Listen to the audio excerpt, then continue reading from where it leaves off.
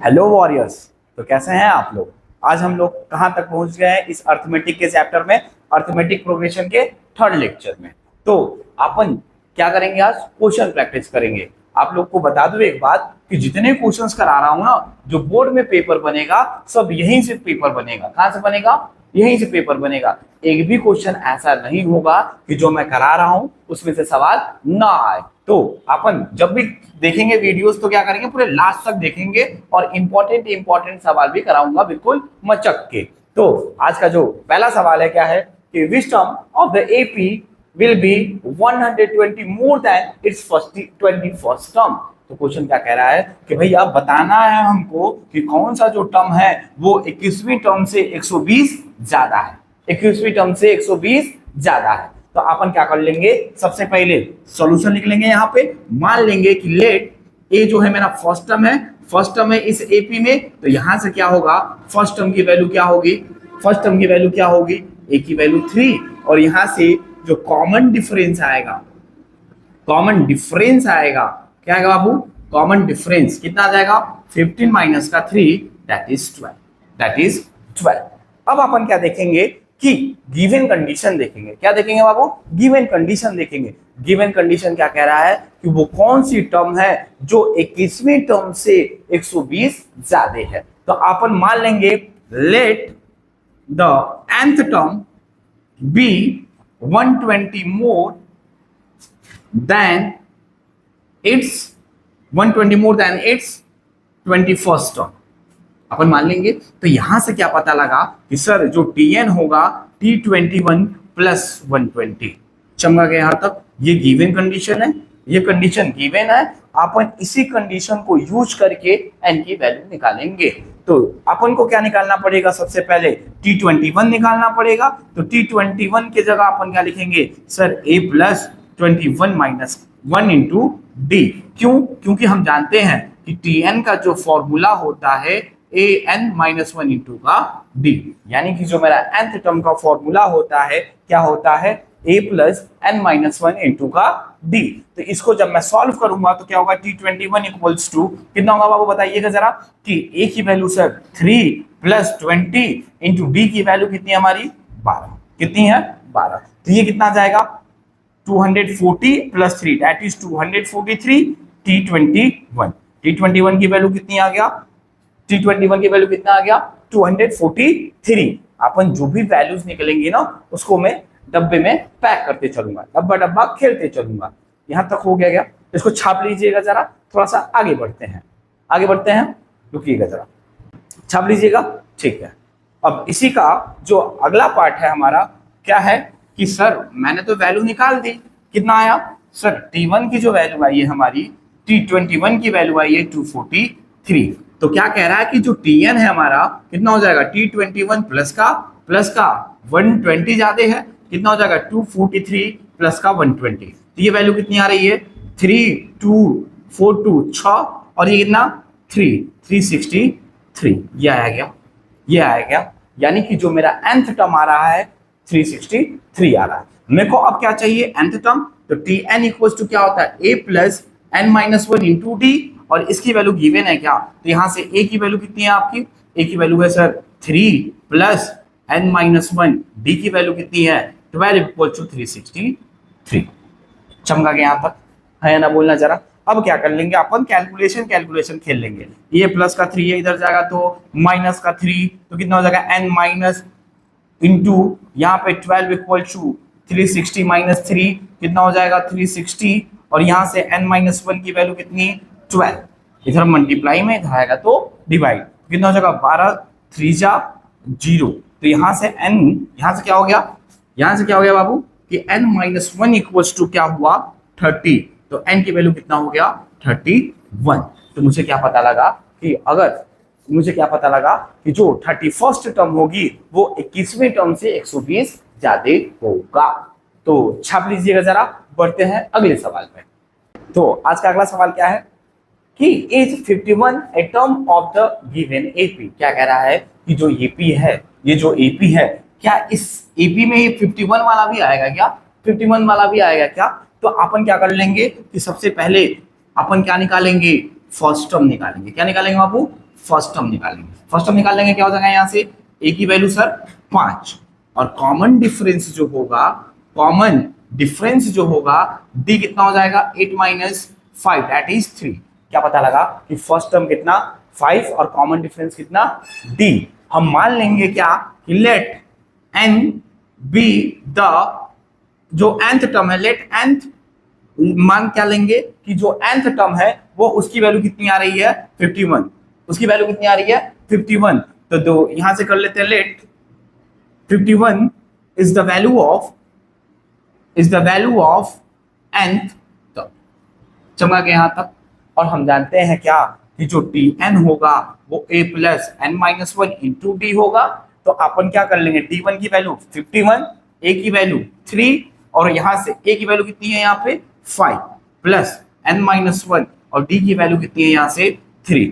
Calculation खेल लेंगे क्या, कितना होगा 51 में से 5 चला जाएगा तो n माइनस 1 इंटू 3 है, ये कितना हो जाएगा 46, कितना होगा 46। और यहां से जब मैं इसको डिवाइड करूंगा तो कितना हो जाएगा, कितना हो जाएगा यहाँ से 3 1 जा, वैल्यू फ्रैक्शनल आ रही है क्या, चलिए देख लेते हैं, वैल्यू फ्रैक्शनल ही आएगा 46/3। अपन इसको इधर कर लेते हैं, कितना हो जाएगा 46/3 प्लस का कितना 1 हो जाएगा, प्लस का 1 कितना होगा n इक्वल्स टू 46/3 प्लस का 1। तो इसको जब मैं सॉल्व करूंगा तो n की वैल्यू 46 प्लस 3/3 कितना हो जाएगा 49/3। तो इसको जब मैं सॉल्व करूंगा तो n की वैल्यू कितनी हो जाएगी, ऐसे n की वैल्यू कितनी हो जाएगी 16:1/3। तो यहां से क्या पता लगा कि जो n की वैल्यू आ रही है कैसी आ रही है, फ्रैक्शनल आ रहा है। कैसा आ रहा है, फ्रैक्शनल आ रहा है। तो मुझे क्या पता लगा कि जो नंबर ऑफ टर्म्स होगा कभी भी फ्रैक्शनल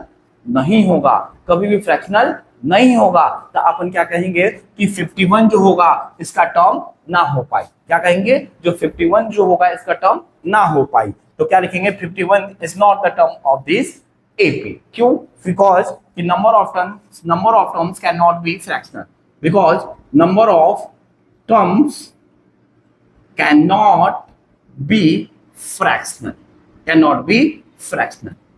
चमका गया यहां तक, हाँ या ना बोलना जरा, तो छाप लीजिएगा। बढ़ते हैं आज के अगले सवाल में।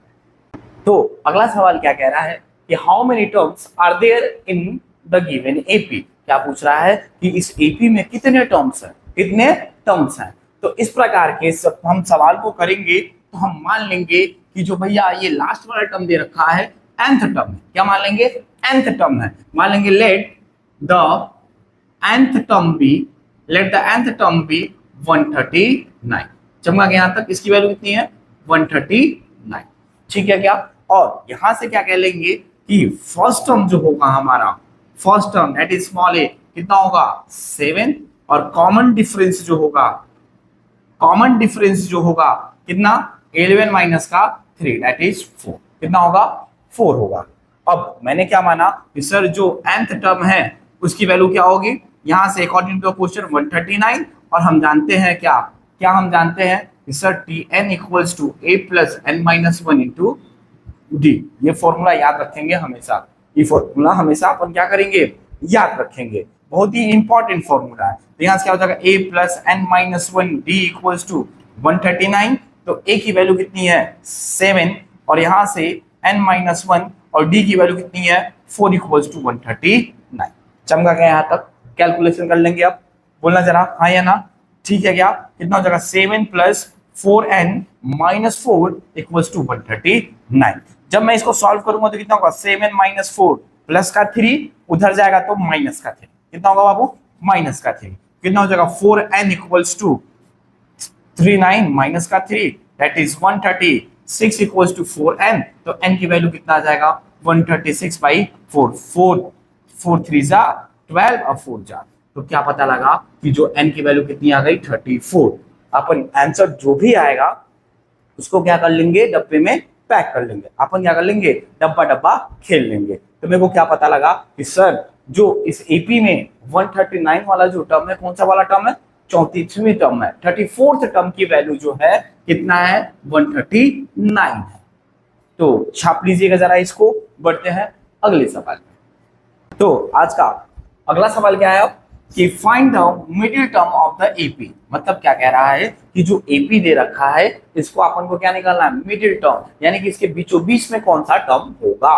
तो अपन क्या एक चीज नोटिस कर रहे हैं, क्या नोटिस कर रहे हैं बाबू कि सर ये डिक्रीजिंग वाला टर्म एपी है क्या, डिक्रीजिंग एपी है क्या, मतलब नंबर्स कम होते जा रहे हैं, कम होते जा रहे हैं, तो इसमें क्या होगा, कॉमन डिफरेंस की वैल्यू निगेटिव आएगी, कॉमन डिफरेंस की वैल्यू निगेटिव आएगी। यहाँ से क्या पता लगा, सर ए की वैल्यू अगर 10 है तो डी की वैल्यू कितना होगा, -7 माइनस का 10 दैट इज माइनस का 3। चमका गया यहाँ तक।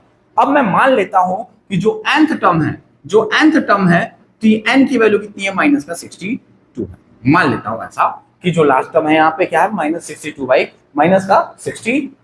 तो अब मैं फॉर्मूला लगाऊंगा, कौन सा वाला फॉर्मूला लगाऊंगा कि nth टर्म वाला फॉर्मूला लगाऊंगा। तो क्या होगा यहाँ से, a plus n minus one into d equals to minus का 62। तो यहाँ से क्या पता लगा कि सर a की वैल्यू तो कितना है यहाँ से 10 plus n minus one, d की वैल्यू कितनी है -3 माइनस का 62। ये इधर जाएगा तो कितना हो जाएगा, माइनस का 10, तो कितना हो जाएगा n माइनस 3 इक्वल्स टू कितना हो जाएगा -72। तो n माइनस वन और कितना हो जाएगा -72 बाई -3, माइनस से माइनस कैंसिल, ये कितना हो जाएगा 3 2 जा 3 4 जा 12।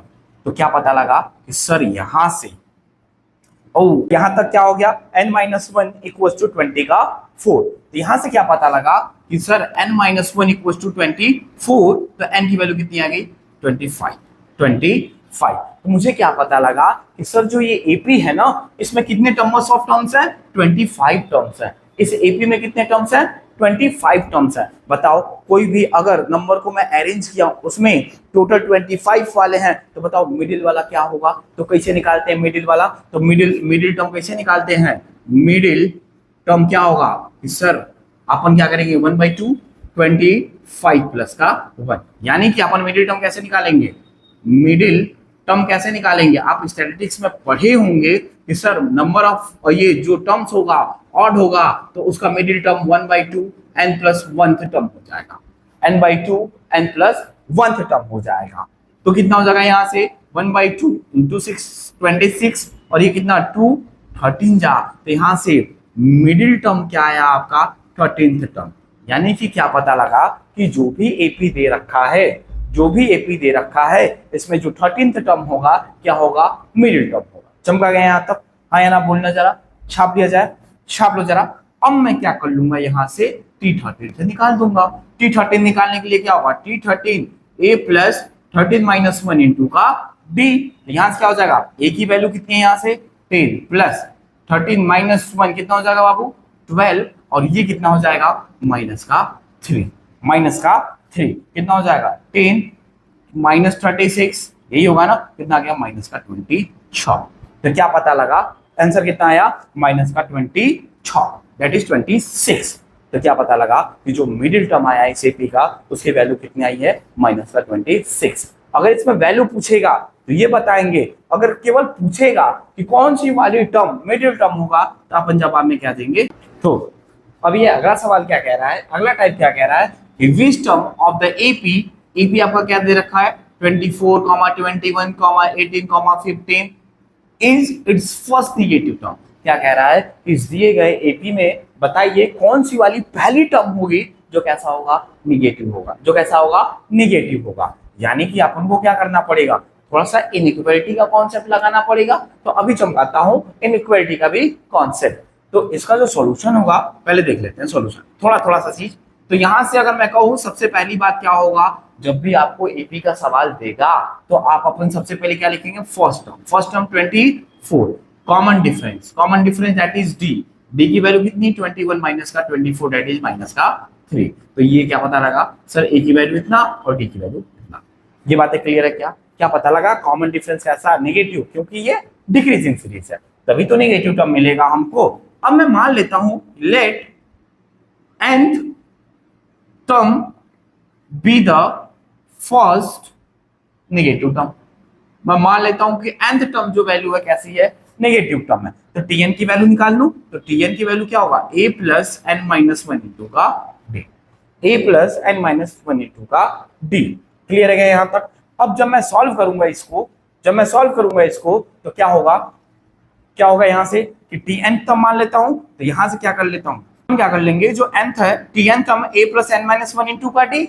अगर मैं क्या कह रहा हूं कि फर्स्ट टर्म नेगेटिव होना चाहिए, तो यहां से कंडीशन क्या लगेगा कि सर जो टी एन होगा 0 से छोटा होगा। भैया जब 0 से नंबर छोटा होगा, 0 से जब नंबर छोटा होगा तभी तो निगेटिव होगा। तो अपन क्या कहेंगे कि टी एन टर्म जो होगा पहला वो 0 से छोटा होगा। यानी कि क्या पता लगा कि sir a minus one into D जो होगा 0 से छोटा होगा। समझा गया यहाँ तक बात। अब वैल्यू रखिएगा जरा। अब अपन n की वैल्यूज निकालते हैं, n की वैल्यू निकालते हैं। ये हो जाएगा 24 n माइनस वन और ये कितना -3 लेस देन 0। अब जब मैं -3 को मल्टीप्लाई करूंगा तो 24 ये कितना होगा माइनस का 3n प्लस का 3 लेस देन 0। जब मैं यहां सॉल्व करूंगा तो कितना आ गया 27 माइनस 3n लेस देन 0। अब मुझे क्या पता लगा कि सर अबे ऐसे नहीं ना सॉल्व करेंगे इसको कि सर 27 को इधर भेज दीजिए, 3 से 3 कटा दीजिए। अब क्या कर लेंगे, n की वैल्यू सर जो होगी क्या होगी, n की वैल्यू जो होगी 9 से छोटा। ऐसा नहीं होता है, इनइक्वालिटी में ऐसा नहीं होता है। अपन जिसकी वैल्यू निकालते हैं, यानी कि जो वेरिएबल होगा, जो हमारा वेरिएबल होगा उसकी वैल्यू अगर निकालना चाहते हैं, इनइक्वालिटी में चेक करना चाहते हैं, तो हमको क्या करना पड़ेगा, इस n की वैल्यू को, ये जो n का कोफिशिएंट है यहाँ पे जो वेरिएबल है, इसको क्या बनाना पड़ेगा, पॉजिटिव बनाना पड़ेगा। क्या बनाना पड़ेगा बाबू, पॉजिटिव बनाना पड़ेगा। ठीक है क्या बाबू, पॉजिटिव बनाना पड़ेगा। और जब पॉजिटिव बनाना चाहते हैं तो इसके लिए कॉन्सेप्ट क्या लगेगा कि जब भी वेरिएबल होगा तो उसको अपन पॉजिटिव बनाएंगे तो दोनों तरफ माइनस से मल्टीप्लाई कर लेंगे, तभी तो माइनस माइनस प्लस होगा, तभी तो माइनस माइनस प्लस होगा। लेकिन एक चीज याद रखिएगा, क्या चीज, जब भी मैं यहाँ डब्बा बना के लिख दे रहा हूं कि जब भी मैं नेगेटिव नंबर से इनइक्वालिटी में मल्टीप्लाई करूंगा तो इनइक्वालिटी का साइन बदल जाता है, इनइक्वालिटी का साइन बदल जाता है। अगर एग्जांपल की मैं बात करूं, अगर मैंने कहा कि 6 इज ग्रेटर देन 5, सही बात है, 6 जो है सर 5 से बड़ा है। अगर इसी में मैं दोनों तरफ माइनस से मल्टीप्लाई कर रहा हूं, कितना हो जाएगा, -6 हो जाएगा -5। अब क्या होगा, अब तो सर -5 बड़ा होना चाहिए, इसीलिए क्या कहेंगे कि ये सर अब ये फेस इधर खुलेगा। तो क्या पता लगा कि सर जब भी मैं इनइक्वालिटी में माइनस से मल्टीप्लाई करूंगा तो इनइक्वालिटी का साइन बदल जाएगा। तो इसी तरह से यहाँ पे n कैसा है, वेरिएबल है, तो भैया इसकी साइन मेरे को क्या बनाना पड़ेगा, पॉजिटिव बनाना पड़ेगा। तो मैं माइनस से मल्टीप्लाई करूंगा तो कितना हो जाएगा, सब माइनस से जब मैं मल्टीप्लाई करूंगा तो 3n माइनस 27, इनइक्वालिटी कैसा होगा, ग्रेटर देन 0। इनइक्वालिटी कैसा होगा, ग्रेटर देन 0। तो यहां से कितना हो जाएगा, 3n greater than equal to 27। समझा गया यहाँ तक, अरे हाँ या ना। अब यहां से n की वैल्यू क्या होनी चाहिए, 27/3 दैट इज 9। तो n की वैल्यू क्या कह रहा है, 9। यानी कि वो जो पहली टर्म निगेटिव होगा वो कौन सा टर्म होगा कि 9 से बड़ी वाली टर्म कौन सी होगी, 9 के बाद तो 10th आता है, 9 के बाद क्या आता है, 10th आता है। तो मेरे को क्या पता लगा कि सर जो 10th टर्म है वो हमारा क्या होगा, 10th टर्म जो है हमारा क्या होगा, फर्स्ट निगेटिव टर्म। समझ गए यहाँ तक, हाँ या ना बोलिएगा जरा। तो इसको थोड़ा सा इंपॉर्टेंट मार्क कर लीजिएगा, एमसीक्यू में ऐसा सवाल बनता है। इसमें कॉन्सेप्ट क्या लगा, इनइक्वालिटी वाला जो यहाँ पे बताया मैं, ठीक है, जरा तो छाप लीजिएगा। तो आज के लिए इतना ही, और ऐसे ही मजेदार लेक्चर्स के लिए क्या करेंगे, थीटा5 को सब्सक्राइब कर लेंगे। और वेट क्या, कल जो अगला लेक्चर होगा इसका बहुत ही इंपॉर्टेंट होगा, उसमें बहुत ही इंपॉर्टेंट क्वेश्चन कराऊंगा जो कि 3 मार्क्स में और 5 मार्क्स में आने के चांसेस रहते हैं। तो ऐसे ही मजेदार लेक्चर के लिए थीटा5 को सब्सक्राइब कर लीजिएगा। Tata bye bye.